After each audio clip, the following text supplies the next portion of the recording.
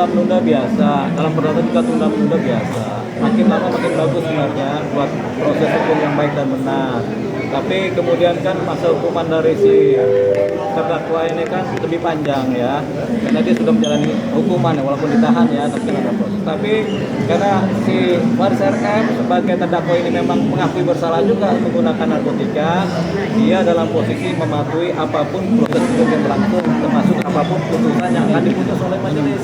Jadi, tapi dalam konteks dakwaan dia adalah sebagai pengedar. 3 pasal itu adalah sebagai pengedar. Pasal 114, 112 dan 111 itu mengenai pengedar. Sementara dari pembuktian dan saksi-saksi menyatakan bahwasanya Faris RM sebagai seorang pengguna yang akut, gitu, kecanduan akut, gitu. Dan dia tidak terbukti mengedarkan. Nah, posisi ini tentunya menjadi dilematis oleh pihak kejaksaan. Makanya kenapa ditunda 2 kali? Karena ini perkara kemudian menjadi perkara atensi di Kejaksaan Agung yang biasanya sampai Kajati analisanya, kemudian ini ditarik ke Kejaksaan Agung untuk dianalisa dan akan diputus secara hati-hati. Gitu. Nah, penundaan ini menunjukkan gejala-gejala ke sana di mana proses pembuatan tuntutan yang hati-hati ini sedang dijalankan oleh kejaksaan, yaitu Kejaksaan Agung, Kajati, dan Kajari. Dalam konteks ini kita berpikir yang positif karena berkemungkinan apalagi sudah ada kebijakan dari BNN di mana pengguna harus direhab sebagai korban, tentunya pihak Kejaksaan Agung juga harus memikirkan ini atau melihat ini sebagai suatu pertimbangan. Karena sebagai suatu pertimbangan disinilah kehati-hatian Kejaksaan Agung yang kemudian mencoba membuat tuntutan. Tuntutannya apa? Kita berposisi ingin bahwasanya kemungkinan besar tuntutannya adalah dia akan direhabilitasi, dituntut rehabilitasi untuk kedua kalinya. Itu harapan kita. Siapa sih mungkin tampak hari udah pasti segar. Tampak hari Faris RM tampak lebih segar. Ya pasti kita lihat lagi kan di posisi lebih segar. Kenapa? Karena hal-hal yang membuat dia menjadi depresi, stres hilang. Kecanduannya mungkin karena sudah tidak ada obat-obat yang dia perlukan di wilayah canduan, kemudian tidak ada, ya sudah akhirnya dia tidak pakai. Karena tidak pakai, kemudian mungkin ada pertobatan juga dalam dirinya sehingga dia lebih dekat kepada Tuhan.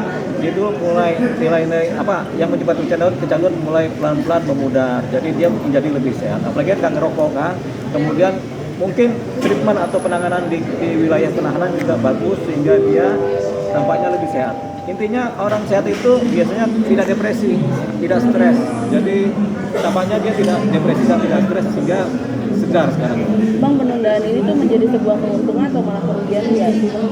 Tidak ada konteks untung dan rugi dalam penundaan ini. Kalau ini kita lebih kepada melihat gejala-gejala apa yang terjadi sehingga ini ditunda 2 kali oleh pihak kejaksaan.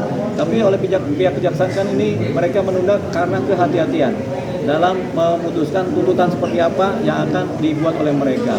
Jadi perlu rapat, perlu gelar, perlu analisa, perlu mempertimbangkan apa yang disampaikan oleh institusi lain, khususnya oleh BNN.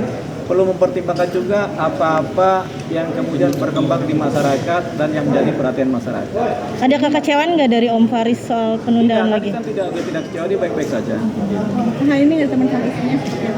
Hari ini istrinya lagi kurang sehat mungkin ya, jadi pengalaman. Tapi ya dia ditemenin dengan kami juga udah tenang dia. Kan yang penting dia kelihatan sehat begitu, tidak ada rasa depresi ya, kelihatan dari wajahnya ya. Begitu.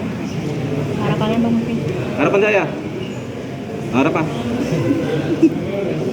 Untuk kedepannya? Ya untuk kedepannya harapannya kalau dituntut lepas nggak mungkin ya, karena dia kecanduan. Jadi harapannya dia dituntut rehabilitasi. Oke. Ditemenin sama Diduga hasilnya. siapa Bang Farid, ditemani seorang wanita. Oh tentunya teman. Kita juga sering ditemani wanita kan, itu namanya teman.